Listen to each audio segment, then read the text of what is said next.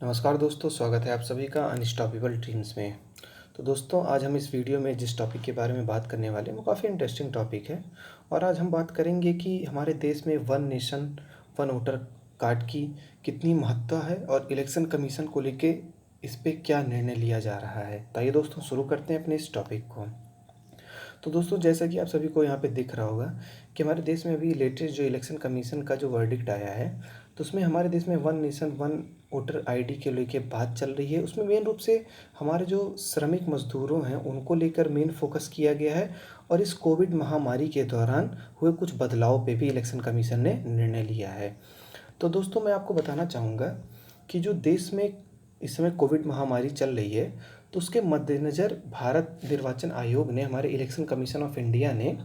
ये निर्णय लिया है कि जो 65 वर्ष से अधिक उम्र के लोग हैं वो पोस्टल बैलेट द्वारा अपने मताधिकार का प्रयोग कर सकते हैं। क्योंकि आप सभी को पता है कि अधिक उम्र वालों के लिए कोरोना वायरस से संक्रमित होने का खतरा अधिक है। तो इसलिए इलेक्शन कमीशन ऑफ इंडिया ने यह निर्णय लिया है कि ये पोस्टल बैलेट के रूप में ये अपने मतदान का प्रयोग कर सकते हैं। और अभी तक इसका उपयोग केवल विकलांग नागरिक और 80 वर्ष से अधिक लोगों के लिए ही उपलब्ध था। तो इसको लाने से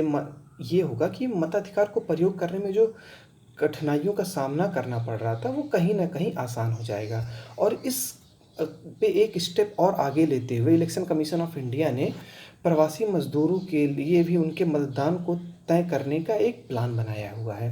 क्योंकि आप सभी को अगर मैं बताना चाहूँ कि हमारे यहाँ जो प्रवासी मजदूर हैं, तो 2017 के अकॉर्डिंग जो हमारा सर्वे है उसके हिसाब से ये बताया गया है कि जो आंतरिक प्रवासी श्रमिकों की संख्या है हमारे देश में वो करीब 39.9 करोड़ यानी 14 करोड़ के करीब है, जो कि हमारे देश के कुल श्रमिकों का लगभग 1/3 है। तो आप इससे समझ सकते हैं कि ये अपने आप में कितना बड़ा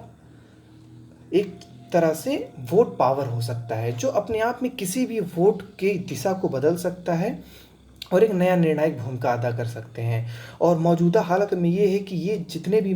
मत हैं ये प्रवासी मजदूर के रूप में हैं, वो अपने मत का प्रयोग नहीं कर पाते हैं और मताधिकार से लाभ से वंचित रह जाते हैं और एक तरह से वो भूले बिसरे मतदाता के रूप में गिने जाते हैं। तो इलेक्शन कमीशन का ये निर्णय एक मोटिव है कि ये जो प्रवासी मजदूर हैं वो अपने मत का अच्छे से उपयोग कर सकें और इस दिशा में अपना एक निर्णायक भूमिका दे सकें। तो इसको लेके एक तरह से मैं आपको बताना चाहूँ तो 3 एक तरह से इसमें पॉइंट मैं आपको बता दूँ तो 3 पॉइंट आपको गौर करने लायक होगा। तो इसमें 3 पॉइंट ये गौर करने होगा कि जो हमारे जो आंतरिक प्रवासी श्रमिक हैं जो अपने रोजगार के स्थान पर मतदान नहीं कर पाते हैं, क्योंकि इनका जो आवास होता है वहाँ पर उनको प्रमाण पत्र देना कठिन होता है जब वो दूसरे स्टेट में जाते हैं। और जो दूसरा है इसमें कि इस समूह में पर्याप्त ध्यान नहीं दिया जाता है, क्योंकि ये उनका एक तरह से उस स्टेट का वोट बैंक का काम नहीं करते, इसलिए इनके लिए कोई सुविधाएं और तमाम तरीके जो चीज़ें इनको जीवन स्तर को सही करने के लिए मिलनी चाहिए वो इन पे नहीं ध्यान दिया जाता है। और जो तीसरा पॉइंट आप देख रहे होंगे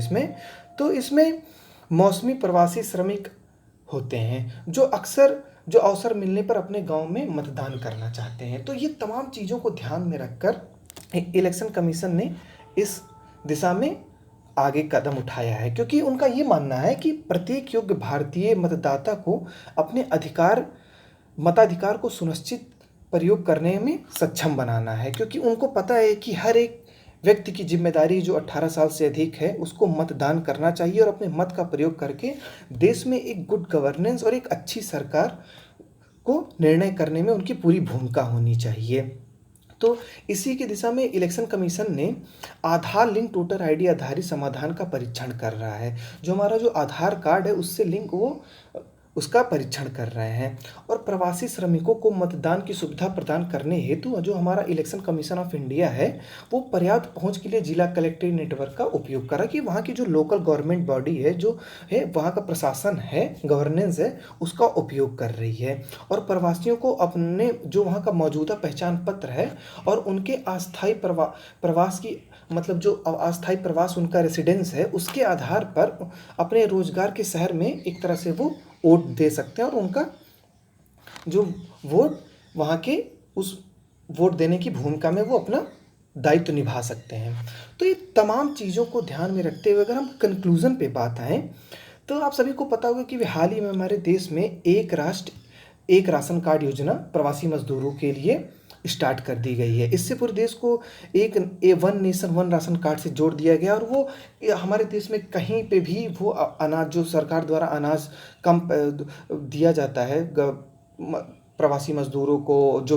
गरीबी रेखा से नीचे रहते हैं, तमाम तो जो सुविधाएँ दी जाती हैं, वो अब ऐसा नहीं होगा कि वो अपने होम स्टेट में ही प्राप्त कर सकते हैं, वो कहीं भी उस चीज़ को प्राप्त कर सकते हैं। तो इसी प्रकार मतदान को केवल नागरिक कर्तव्य के रूप में नहीं, बल्कि नागरिक अधिकार के रूप में देखना चाहिए। तो ये तमाम चीज़ों को ध्यान में रखकर एक राष्ट्र एक मतदान पहचान पत्र लागू करने की जो एक राजनीतिक इच्छा शक्ति को प्रदर्शित करना होगा, और इसमें सरकार को भी कहीं न कहीं आके अपनी भूमिका अदा करनी होगी, ताकि हम मिल के इलेक्शन कमीशन ऑफ इंडिया और जो वहाँ की गवर्नमेंट है, सरकार है, वो मिलकर इस पे काम कर सकें और वो जो प्रवासी मज़दूर हैं, जो एक तरह से भूले बिसरे मज़दूर में आते हैं, उनको भी मुख्य धारा में जोड़ सकें और वो भी अपने मत का प्रयोग कर सकें। तो आशा करता हूँ दोस्तों आपको इस बारे में काफ़ी कुछ पता चला होगा, और इसी नोट के साथ मैं इस वीडियो को समाप्त करता हूँ। जय हिंद।